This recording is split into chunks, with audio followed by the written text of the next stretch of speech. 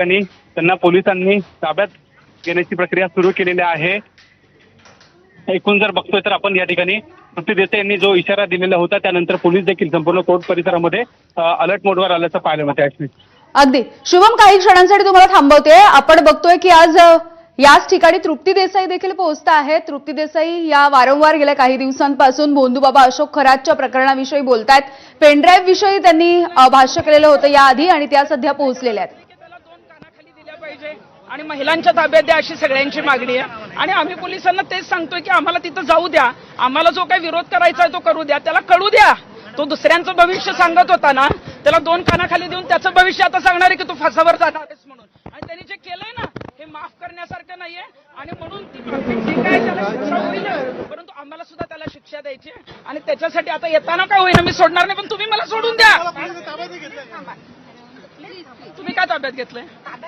मग काय घेतलंय? मग काय केलंय? बाजूला कशाला घेतलंय? का थांबवलंय? काय चुकीचं केलं? त्यानं चुकीचं केलंय म्हणून आलो ना, चांगल्या माणसासाठी आलो का इथं? तुम्ही एवढे कशाला हात पकडले?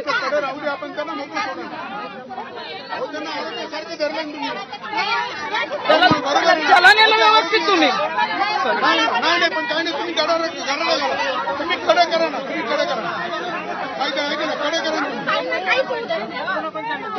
काय होऊ देत नाही, पण तिथं करू द्या ना, मला काय करायचं ते तुम्हाला सांगितलं ना। मी चुकीचं काय केलं ना तर माझ्यावर गुन्हा दाखल होऊ दे ना।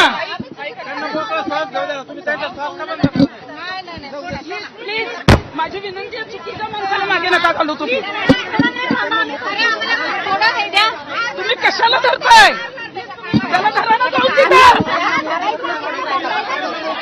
त्याला का नाही धरलं मागच्या वर्षी?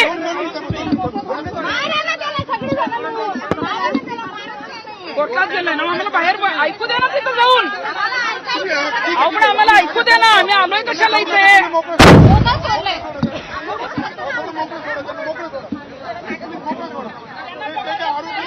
कशाला कितीला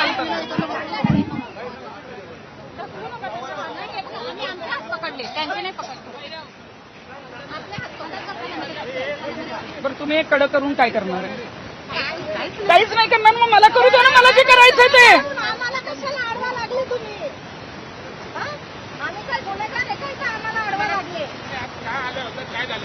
हे बघा, कोर्टामध्ये अशोक खरातला आता पोलिसांनी आणलेला आहे आणि आपण बघतोय की त्यानं जे काही घृणास्पद कृत्य केलेलं आहे तर त्यासाठी आता त्याला कोर्टात हजर केलं जाईल, पोलीस कस्टडी वाढवून पण मिळेल।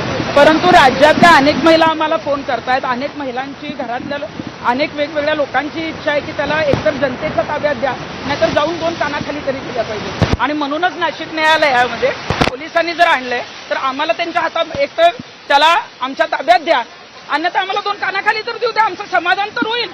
हे आम्हाला पकडतायत, हेच जर मागच्या वर्षी खराबचं पकडलं असतं तर अनेक महिला वाचल्या असत्या ना।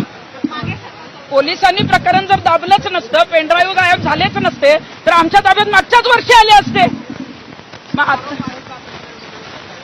पेनड्राईव्ह मागच्या वर्षी आमच्याकडे येणार होते, मागच्या वर्षी डिसेंबर महिन्यामध्ये, नोव्हेंबर डिसेंबर 2025ला आमच्याकडे पेनड्राईव्ह येणार होते, पण ते काही लोकांच्या माध्यमातून गायब केले गेले आणि ज्यांच्याकडे पेनड्राईव्ह होते त्यांच्यावर गुन्हे दाखल केले पोलिसांनी।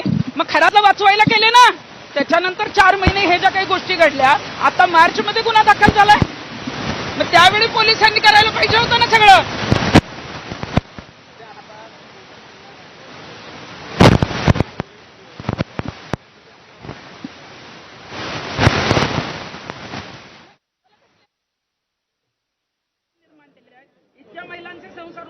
तर ही 2 दृश्य आपण बघतोय। एकीकडे अशोक खरात याला आज कोर्टामध्ये घेऊन आणण्यात आलं, त्याचा चेहरा झाकलेला होता आणि यावेळेला चेहरा झाकून या भोंदू खरातला कोर्टामध्ये आणण्यात आलेलं होतं।